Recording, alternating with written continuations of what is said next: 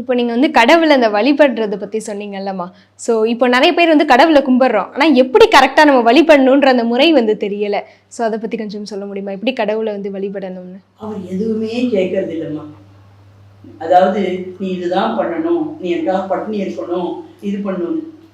நம்ம வந்து சிலது இது மாதிரி பண்ணினா நல்லதுன்னு பெரியவங்க சொல்லியிருக்காங்க. இப்போ ஏகாதசி அன்னைக்கு வந்து ஃபுல்லாக பட்டினி இருக்கணும், அன்னைக்கு எதுவும் வந்து அதுவும் அரிசி வந்து முழு சாதமாக இருக்கு இல்லையா, அந்த மாதிரி முழு அரிசியில் சாப்பிடக்கூடாது அப்படின்னு வச்சுருக்காங்க.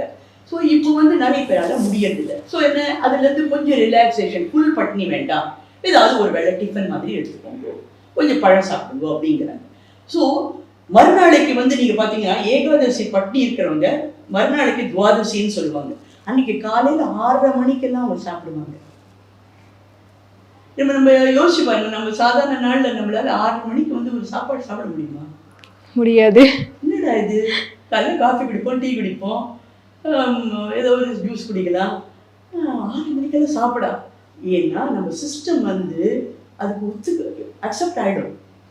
நீங்கள் அதை ஃபாலோ பண்ணணும்னு ஆரம்பிச்சிங்கன்னா அது வந்து க்ளீனாக வந்து அன்றைக்கி எல்லாம் பட்னி இருக்கிறச்சியும் உங்களுக்கு ஒன்றும் இது பண்ணிக்காது. மறுநாளைக்கு காலையில் கரெக்டாக அது அக்செப்ட் ஆகும்.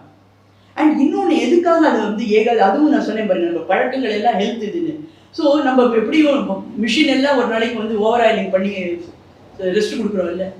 ஸோ அன்னைக்கு வந்து நம்ம உடம்புல இருக்கிற அந்த கெட்ட, அதாவது அந்த டிசீஸ்டு செல்ஸ்ன்னு சொல்லுவாங்க இல்லையா, அந்த மாதிரி இப்போ கொஞ்சம் சேதம் அடைஞ்சது அதெல்லாம் வந்து அழிக்குமா. உடம்பே வந்து வேண்டாத அந்த மாதிரி இதுவாக இருக்கிற செல்கள் எல்லாத்தையும் அழிச்சு வெளியில நீக்கிடும், புது செல்கள் அன்னைக்கு உற்பத்தி ஆகிக்கும். ஸோ அந்த மாதிரி பண்றது, அந்த 15 நாளைக்கு ஒரு தடவை அது பண்றதுனால அது நம்ம அதனாலதான் அன்னைக்கு சாப்பாட்டையும் நம்ம போட்டு போட்டு அதுக்கு வேலை பண்ண வைக்க கூடாது. அப்ப அது பண்றச்சே என்ன ஆகும், புது செல் உற்பத்தி ஆகுது, குறைஞ்சி போயிடும், அழிச்சு வெளியில தள்ளுற வேலை கம்மியா போயிடும்.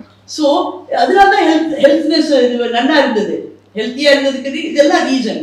ஸோ ஆனால் இப்போ என்ன மெயினாக நம்ம வந்து எதிர்பார்க்கணும்னா, குளிச்சுட்டு பண்ணுங்க பூஜைன்னு சொல்லுவாங்க. ஏன் தெரியுமா, இப்போ நீங்கள் பாருங்களேன், அப்படியே நீங்கள் பெட்லேருந்து எழுந்து அந்த மாதிரியே நீங்கள் பண்ணும்போது you will not feel fresh.